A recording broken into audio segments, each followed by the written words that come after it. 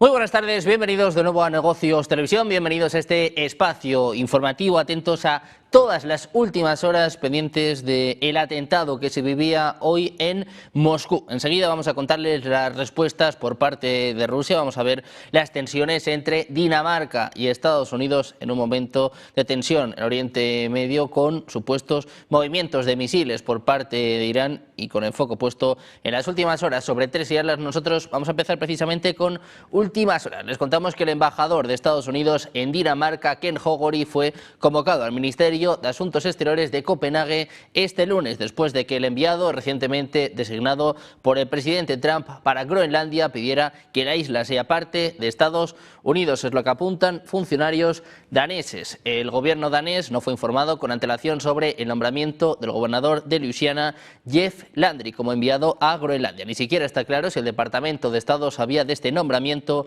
antes del anuncio de Trump este domingo. Poco después, Landry dijo que la misión de su trabajo a tiempo parcial era hacer de Groenlandia una parte de los Estados Unidos. El nombramiento de esta declaración de Landry ha renovado la tensión entre Estados Unidos y Dinamarca por Groenlandia después de varios meses de calma. Mientras tanto, también les contamos que un caza F-16 de Estados Unidos interceptó este domingo una aeronave civil que violó una restricción temporal de vuelo en el espacio aéreo sobre Palm Beach, en el estado de Florida, donde se encuentra la residencia presidencial de Mar-a-Lago, lo que confirmaba el NORAD. El avión ingresó en el espacio aéreo restringido a eso de las 9:20 de la mañana. El caza del NORAD se acercó al avión para llamar la atención del piloto y lo escoltó fuera del área de forma segura. Un caza F-16 de Estados Unidos interceptó este domingo una aeronave civil que violó una restricción temporal de vuelo en el espacio aéreo sobre Palm Beach, donde se encuentra Mar-a-Lago. El hecho fue confirmado por el propio NORAD, que tiene a su cargo la vigilancia del espacio aéreo de Estados Unidos y de Canadá. De acuerdo con la información oficial, el avión civil ingresó a este área eso de las 9:20 de la mañana, lo que activó el protocolo de seguridad aérea. Un caza del NORAD se aproximó a la aeronave para llamar la atención de este piloto mediante señales visuales estándar y posteriormente la escoltó fuera del área de forma segura. Estas restricciones temporales de vuelo se activan con frecuencia cuando Donald Trump se encuentra en una zona determinada y su violación suele deberse a errores de navegación o a la falta de revisión de avisos aeronáuticos por parte de pilotos civiles.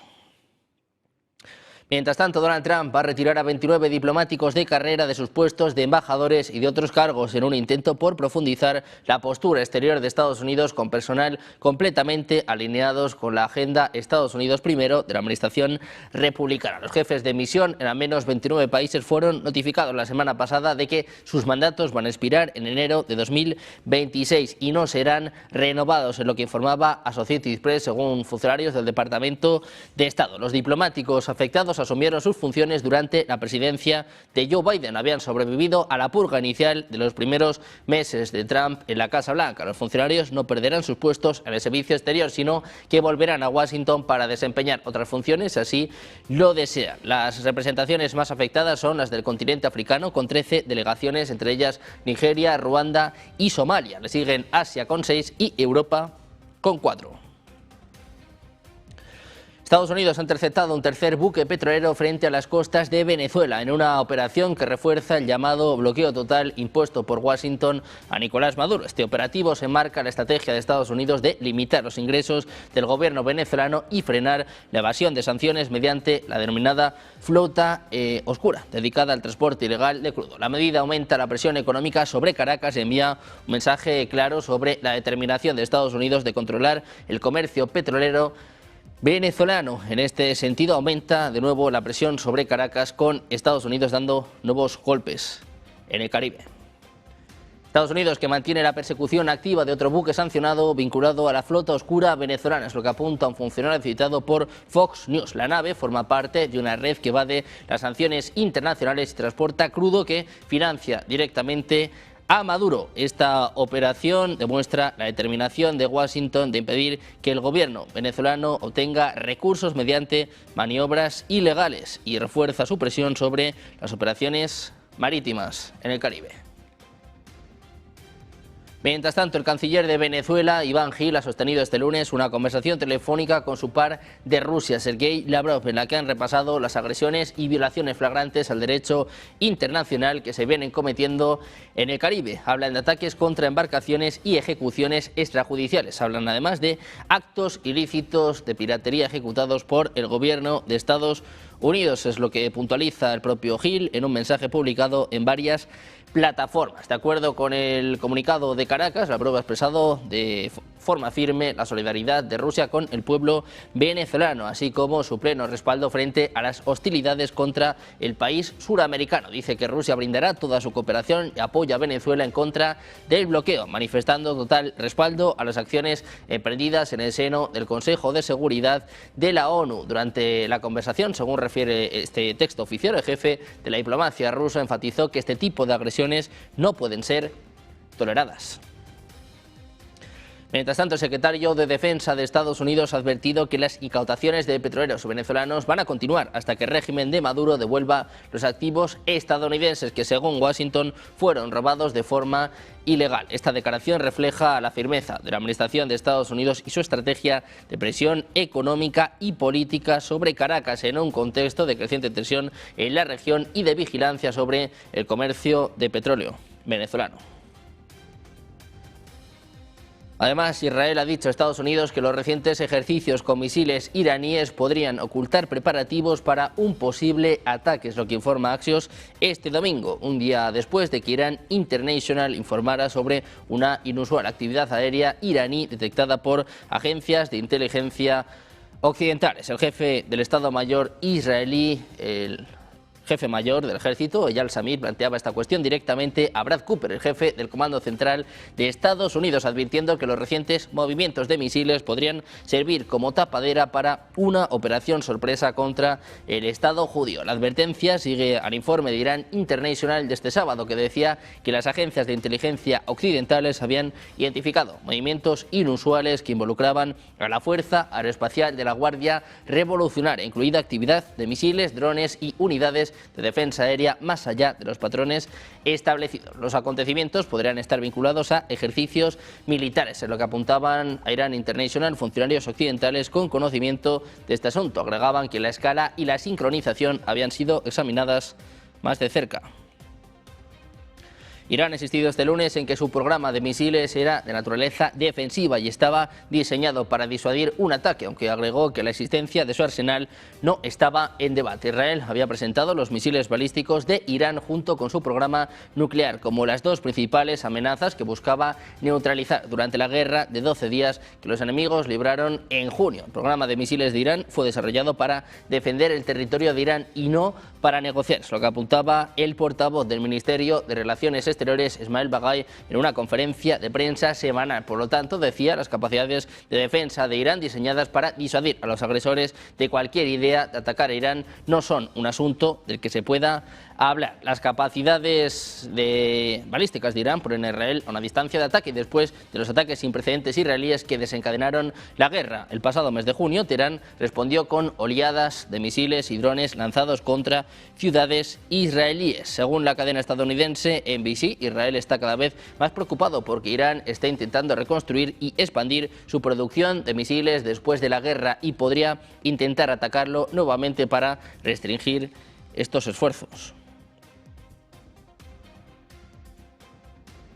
También pendientes de Ucrania, les contamos que el viceministro ruso de Asuntos Exteriores, Sergei Ryabkov, ha destacado este lunes que Moscú está dispuesto a garantizar formalmente que no tiene intención de atacar ni a la Unión Europea ni a la OTAN. En su intervención en el club de debate Valdai, Ryabkov insistía en que Rusia no persigue los objetivos agresivos que se le atribuyen. No obstante, mencionaba que persisten los peligros de un enfrentamiento entre Rusia y la OTAN debido a las acciones inadecuadas y hostiles por parte de los países europeos. Continuaba criticando a los países europeos por su deseo de impedir que Moscú y Washington normalicen sus relaciones, afirmando además que Europa también está obstaculizando los esfuerzos destinados a resolver la guerra en Ucrania. Precisamente el viceministro de Asuntos Exteriores de Rusia, Sergei Ryabkov, advertía que la OTAN y su nación se han acercado peligrosamente a un conflicto directo en 2025, advirtiendo sobre las consecuencias catastróficas si las naciones con energía nuclear entran en guerra. El aliado del presidente ruso, Vladimir Putin, señalaba las acciones consideradas agresivas por parte de Estados Unidos y sus aliados. Dice que esto contó con el apoyo activo de algunos de los miembros europeos más agresivos de la OTAN, en particular Gran Bretaña y Francia, cuyas acciones fueron particularmente agresivas, en lo que apuntaba Ryabkov a la agencia de noticias rusa TASS. Se refería a la preocupación por una confrontación militar directa entre naciones con energía nuclear. Decía, es redundante enfatizar especialmente para esta audiencia que un conflicto de estas características tendría consecuencias catastróficas. Estos comentarios se produjeron en el marco de un debate en el Club de Debate de Valdai. Las agencias de inteligencia de 2 países de la OTAN piensan que Rusia estaría desarrollando un arma antisatélite para atacar la red Starlink de Elon Musk. Este arma llenaría las órbitas de Starlink con metralla y podría destruir varios satélites a la vez, es lo que informaba Associated Press este lunes. Esto también podría causar daños a otros objetos en órbita. Starlink ha demostrado ser vital para Ucrania en el campo de batalla durante años y Kiev depende en gran medida del acceso a Internet de Starlink para las comunicaciones en el campo de batalla y para controlar sus vastas flotas de drones. Precisamente Ucrania y Estados Unidos mantendrán hoy nuevas conversaciones en el marco del proceso de paz. El secretario del Consejo de Seguridad Nacional y Defensa de Ucrania, Rustem Umerov, ha confirmado que se va a reunir con negociadores estadounidenses junto al jefe del Estado Mayor de las Fuerzas Armadas. Según Umerov, la delegación ucraniana inició esta ronda de encuentros el pasado viernes en Estados Unidos. Asegura que los contactos se están desarrollando de forma constructiva y sustancial, con la expectativa de lograr avances concretos. También se espera la presencia hoy de negociadores rusos en territorio estadounidense, aunque por el momento no está previsto que mantengan reuniones directas con la parte ucraniana. Miramos también a declaraciones por parte de J.D. Vance, el vicepresidente de Estados Unidos. Dice que Ucrania reconoce en privado que posiblemente va a perder todos los territorios de la República Popular de Donetsk, que todavía permanecen bajo su control. Eso que afirma el propio J.D. Vance en una entrevista publicada con Unheard este lunes. Dice además, literalmente, creo que los rusos realmente quieren controlar territorialmente Donetsk. Es comprensible que los ucranianos lo vean como un grave problema de seguridad, aunque en privado reconocen que al final posiblemente acabarán perdiendo Donetsk, es lo que afirmaba, agregando que esto podría ser dentro de 12 meses o quizás más tarde. Señalaba que las concesiones territoriales siguen siendo un obstáculo significativo en las negociaciones de paz. Vance destacaba que sobre la mesa también están otros temas, sobre, por ejemplo, quién va a tomar el control de la central nuclear de Zaporilla, si se puede ejercer este control de forma conjunta, si es necesario que la controle una o varias partes y qué va a pasar finalmente con los rusos étnicos que todavía se encuentran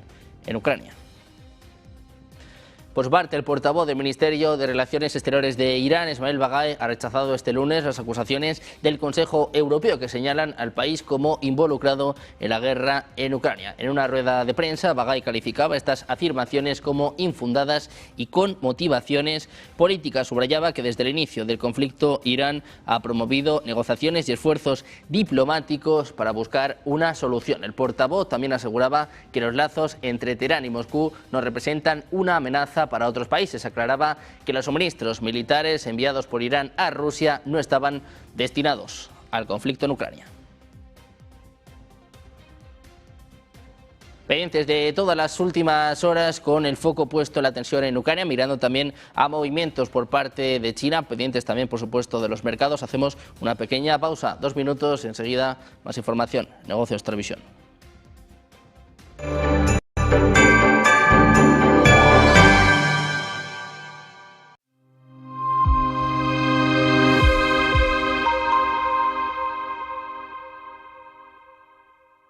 Quiero desear a todos los seguidores del canal Negocios Televisión una muy feliz Navidad y todo lo mejor para el año nuevo 2026. Si Dios quiere, con el año nuevo volveré al canal.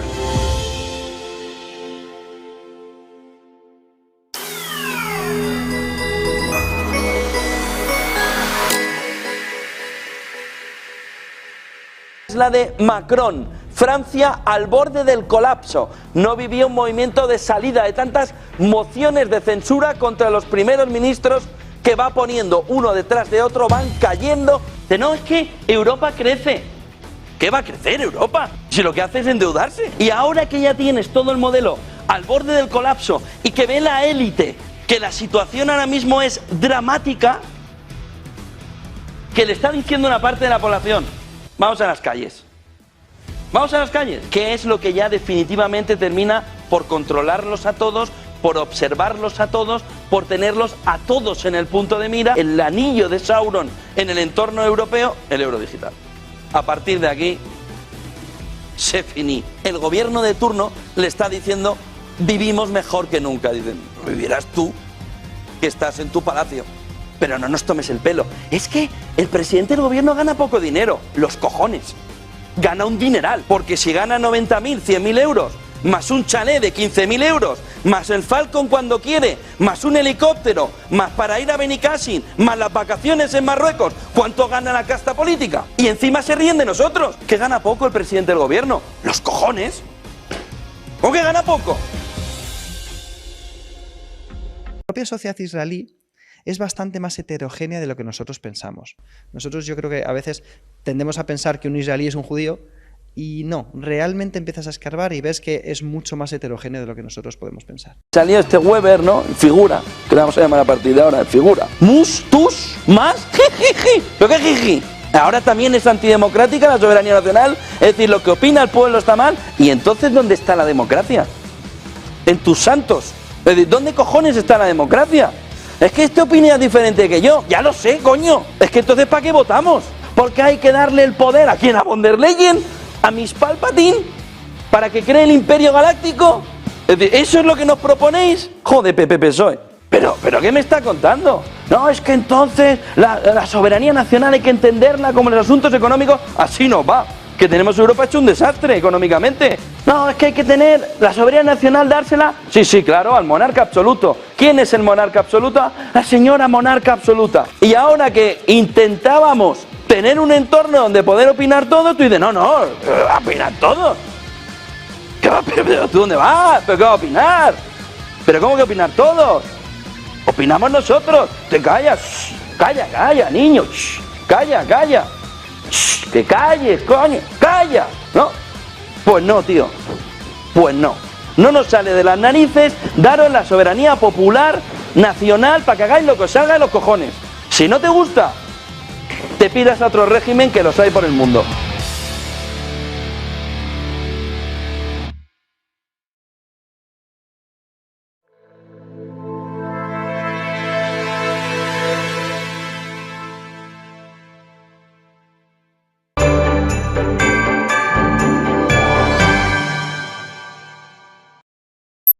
Seguimos en Negocios Televisión, seguimos atentos a todas las últimas horas con el foco puesto en la guerra en Ucrania, pero mirando también a las tensiones entre Venezuela y Estados Unidos. Declaraciones por parte de Nicolás Maduro. El presidente venezolano dice que Venezuela es libre e independiente. Dice, no lo puede revocar nadie sobre el cielo y la tierra. Es lo que afirma este lunes el presidente del país suramericano en un post publicado hace apenas minutos en su canal de Telegram. Dice literalmente, les tenemos malas noticias a quienes esperan que renunciemos a nuestros derechos históricos, a la independencia, a la libertad y a la soberanía. La integridad territorial es un derecho irrenunciable, explícito en nuestra Carta Magna bajo la doctrina de Simón Bolívar. En su reflexión, Maduro ha enfatizado que líderes del ala extremista de la oposición residentes en el extranjero quieren que Venezuela renuncie a sus derechos históricos y se convierta en una colonia. Maduro manda un duro mensaje a Donald Trump, dice que tiene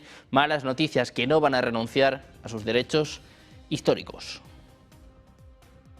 Pendientes de Venezuela, miramos también a uno de sus principales aliados. Les contamos que el presidente ruso Vladimir Putin afirmaba este lunes durante la cumbre de la Comunidad de Estados Independientes que el comercio entre Rusia y los demás miembros del bloque alcanzó cerca de 90.000 millones de dólares en los primeros 10 meses de 2025. Putin destacó que más del 96% de las transacciones entre los países miembros se realizan en monedas nacionales, subrayando la importancia de reducir la dependencia de divisas extranjeras. El mandatario también recalcaba la necesidad de que los miembros de la CEI mantengan enfoques coordinados en cuestiones globales y regionales, defendiendo un orden multipolar respaldado por la Organización de las Naciones Unidas. El bloque, además de Rusia, está compuesto por Armenia, Azerbaiyán, Bielorrusia, Kazajistán, Kirguistán, Moldavia, Tayikistán y Uzbekistán.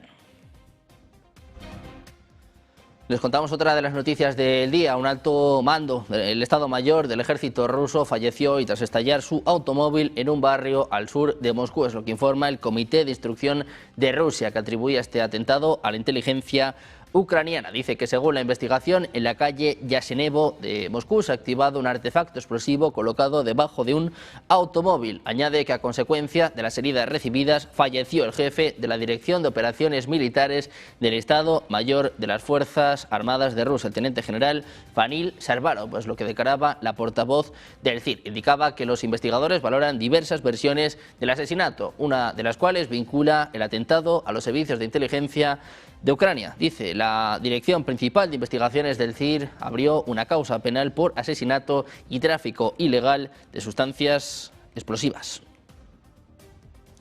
Mientras tanto, el jefe de la Armada británica advierte sobre la amenaza de los sumergibles rusos en un momento en el que Rusia se estaría preparando para enviar sumergibles de aguas profundas capaces de dañar los cables y tuberías del lecho marino de Reino Unido. Es lo que apuntaba el general Sir Win Jenkins, jefe de la Marina Real Británica, a Financial Times. Afirmaba que Moscú ha renovado la inversión en su dirección principal de investigación de aguas profundas, conocida como JUJI, y que Gran Bretaña no podía ignorar el peligro que supone la expansión de la flota submarina rusa. Decía, hemos visto cómo se reactivan las capacidades submarinas. Parece que han reiniciado ese programa, por lo tanto esperamos que lo desplieguen de nuevo. Jenkins también señaló que la capacidad de la unidad para actuar a profundidades extremas le da a Moscú la opción de actuar físicamente, si así lo desea. Señalaba que Rusia ha seguido invirtiendo en este programa a pesar de las pérdidas sufridas en 2019.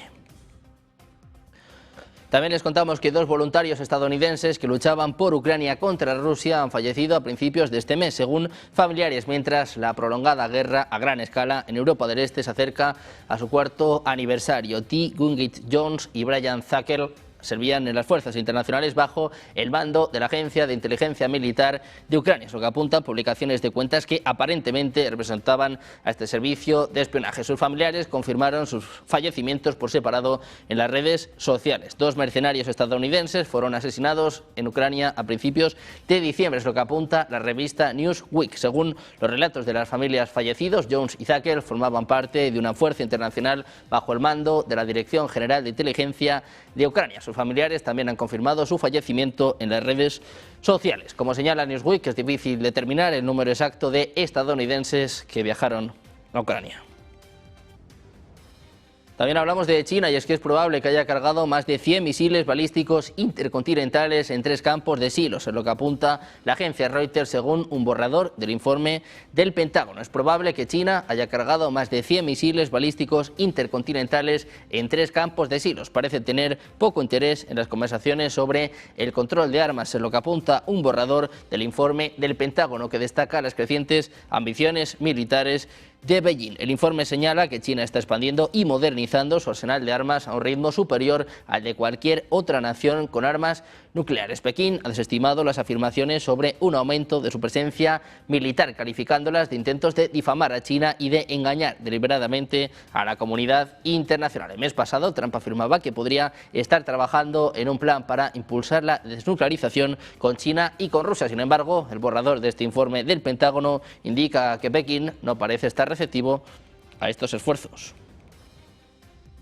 El ejército chino, que simuló un combate aéreo entre cazas multifunción chinos J-16 y cazas franceses Rafale, usados por la India en formato de juego de guerra, lo que informa South China Morning Post, mencionando al canal estatal CCTV, que muestra unas raras imágenes de unas maniobras militares del gigante asiático. Durante los ejercicios, el ejército chino simuló posibles enfrentamientos entre 8 aviones J-16 y 6 cazas Rafale, actualmente en servicio en varios países como Francia, Egipto y la India. Las imágenes del medio muestran a soldados de pie frente a un tablero con maquetas de aviones simulando un escenario de combate aéreo. La cadena estatal china señala que el ejercicio fue uno de varios similares que se llevan a cabo en Suchang, provincia de Henan, con la participación de 20 unidades de diversas ramas de las Fuerzas Armadas. Los juegos de guerra utilizan simulaciones realistas de operaciones militares que ayudan a los oficiales a entrenarse en la toma de decisiones tácticas y estrategias, probar nuevas tácticas y predecir tendencias en futuros conflictos.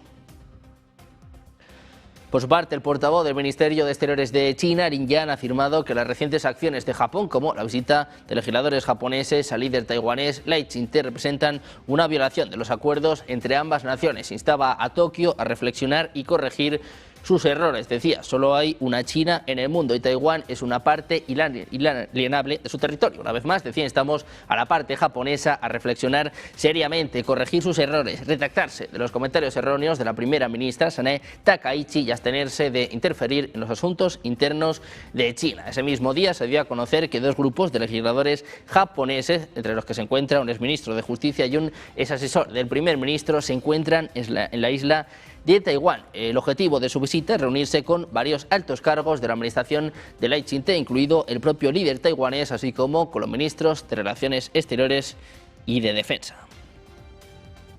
El Ministerio de Exteriores de China ha expresado su profunda conmoción ante las declaraciones de un alto funcionario japonés relacionada con las armas nucleares. Según Pekín, no van a aceptar que Japón desafíe la justicia internacional ni ponga a prueba los límites de la comunidad internacional. En el marco del diálogo con autoridades japonesas sobre este tema, China ha subrayado que la comunidad internacional debe permanecer en alerta máxima y oponerse con firmeza a cualquier acción que incremente las tensiones nucleares. Por otro lado, el Ministerio también criticaba la reciente acción de Estados Unidos contra un petrolero cerca de Venezuela, calificándola de incautación arbitraria y una grave violación del derecho internacional que afecta la soberanía de otros países. También miramos al 3 y les contamos que el extraño comportamiento de este cometa, que traía de cabeza a los expertos por su inusual trayectoria, tiene una explicación que obedece estrictamente a las leyes de la física. Los análisis más recientes descartan el misterio y confirman una aceleración no gravitacional provocada por su propia actividad interna, alejando cualquier fantasma de la ciencia ficción. En concreto, este fenómeno responsable del empuje extra es la simple desgasificación natural. Cuando la superficie del cometa recibe el impacto del calor estelar, los hielos se subliman violentamente, generando potentes chorros de gas y de polvo que funcionan a efectos prácticos como motores que empujan a este viajero y modifican su órbita teórica calculada por la gravedad. Por otro lado, no debemos perder de vista la importancia histórica del hallazgo en sí mismo. La comunidad científica ha ratificado oficialmente a este cuerpo errante como el tercer objeto de esta naturaleza detectado en los confines de nuestro sistema solar, confirmando que nuestro vecindario cósmico es mucho más transitado de lo que pensábamos hace apenas una década. También miramos a este tema, uno de los más importantes de los últimos meses, sobre todo de este tramo final de año, este 3L, es un cometa que ha llamado la atención de expertos y aficionados por unas cualidades que lo hacían especial y que desataron todo tipo de hipótesis sobre su origen. Un auténtico misterio al que el mundo de la astronomía intenta dar respuesta, algo que tratan de dar desde todas partes del mundo, incluida España. Desde aquí, el telescopio Chu Meter Twin Telescope ha realizado un hallazgo pionero en el campo de la astronomía, el primer jet periódico y oscilante en un cometa interestelar, un hallazgo realizado conjuntamente con el grupo de sistema solar del IAC y Light Bridge, y que confirma el periodo de rotación del cometa 3i Atlas. El estudio publicado en la revista Astronomy and Astrophysics ofrece la primera evidencia de actividad localizada en un núcleo interestelar. Dice además que ofrece una visión única sobre la naturaleza de un cuerpo celeste que se formó fuera de nuestro sistema solar. Miquel Serra Ricard, director científico de Lightbridge, destaca la importancia de este hito que ha tenido lugar después de ser los primeros en hablar del periodo de rotación de 17 horas. Decía que ahora reportan el primer jet en un cometa interestelar que además confirma la rotación calculada en julio. Pese a la incertidumbre generada, Ricard confirmaba que se trata de un cometa interestelar extraordinariamente normal y gracias a la detección de este chorro de gas y de polvo, añade, se permite establecer una comparación directa con los mecanismos de actividad observados en los cometas de nuestro propio sistema solar. También les contamos que desde este lunes hasta el miércoles podrían producirse alteraciones del campo magnético de nuestro planeta a causa de un gran agujero coronal que abarca el hemisferio sur y parte del hemisferio norte del Sol. Es lo que informa el Laboratorio de Astronomía Solar del Instituto de Investigación Espacial de la Academia de Ciencias de Rusia. Casi 24 horas antes de lo previsto se han detectado indicios de un flujo de viento solar perturbado proveniente del agujero coronal, que ya provocó una breve tormenta magnética de nivel G1 cerca de las 12 hora de Moscú, eso de las 9 GMT de este domingo. Esta región de la corona solar presenta una estructura compleja que aumenta la inestabilidad del pronóstico geomagnético. Dependiendo de qué partes del flujo de plasma alcance la Tierra, podrían registrarse desde tormentas geomagnéticas moderadas hasta prolongadas cercanas al nivel G2. Los agujeros coronales, por sí solos y sin erupciones solares, rara vez logran elevar el campo magnético terrestre por encima de los niveles de tormenta G1 o G2. También miramos a los mercados para contarles que el Banco Central de China, el Banco Popular, ha decidido mantener sin cambio sus principales tasas de interés de referencia. La entidad dejó el tipo preferencial de préstamos a un año en el 3% y el de 5 años en el 3,5%, niveles que se mantienen desde el pasado mes de mayo, cuando fueron recortados en 10 puntos básicos. La decisión estaba en línea con lo que esperaban los mercados y refleja la cautela de las autoridades chinas ante la evolución de la economía y el crecimiento interno. En este sentido, las bolsas asiáticas han comenzado la semana con subidas impulsadas por esta decisión del Banco Popular de China de mantener sin cambio sus principales tasas de interés. Los inversores han reaccionado positivamente a que el tipo preferencial de préstamos a un año se mantenga en el 3% y el de 5 años en el 3,5%, una medida que ya estaba descontando el mercado. El avance también estuvo apoyado por las ganancias registradas este viernes en Wall Street tras informaciones sobre un acuerdo para la venta de las operaciones de Estados Unidos de TikTok por parte de su empresa matriz, de ByteDance. En este contexto, el principal índice de Japón subía más de un 2%, mientras que los mercados de Australia, Corea del Sur y Hong Kong también han registrado avances. En China continental, las bolsas de Shanghái y Shenzhen cerraron al alza, al tiempo que el dólar de Estados Unidos ha caído ligeramente frente al yen. Pendientes de todas las últimas horas, con el foco puesto también en los mercados. Mañana con datos macro importantes, pendientes del PIB en Estados Unidos. Enseguida miramos de nuevo a la geopolítica, pendientes de este atentado en Moscú, estas tensiones entre Irán e Israel. Hacemos una pausa, nada, 2 minutos. Enseguida la información en Negocios Televisión.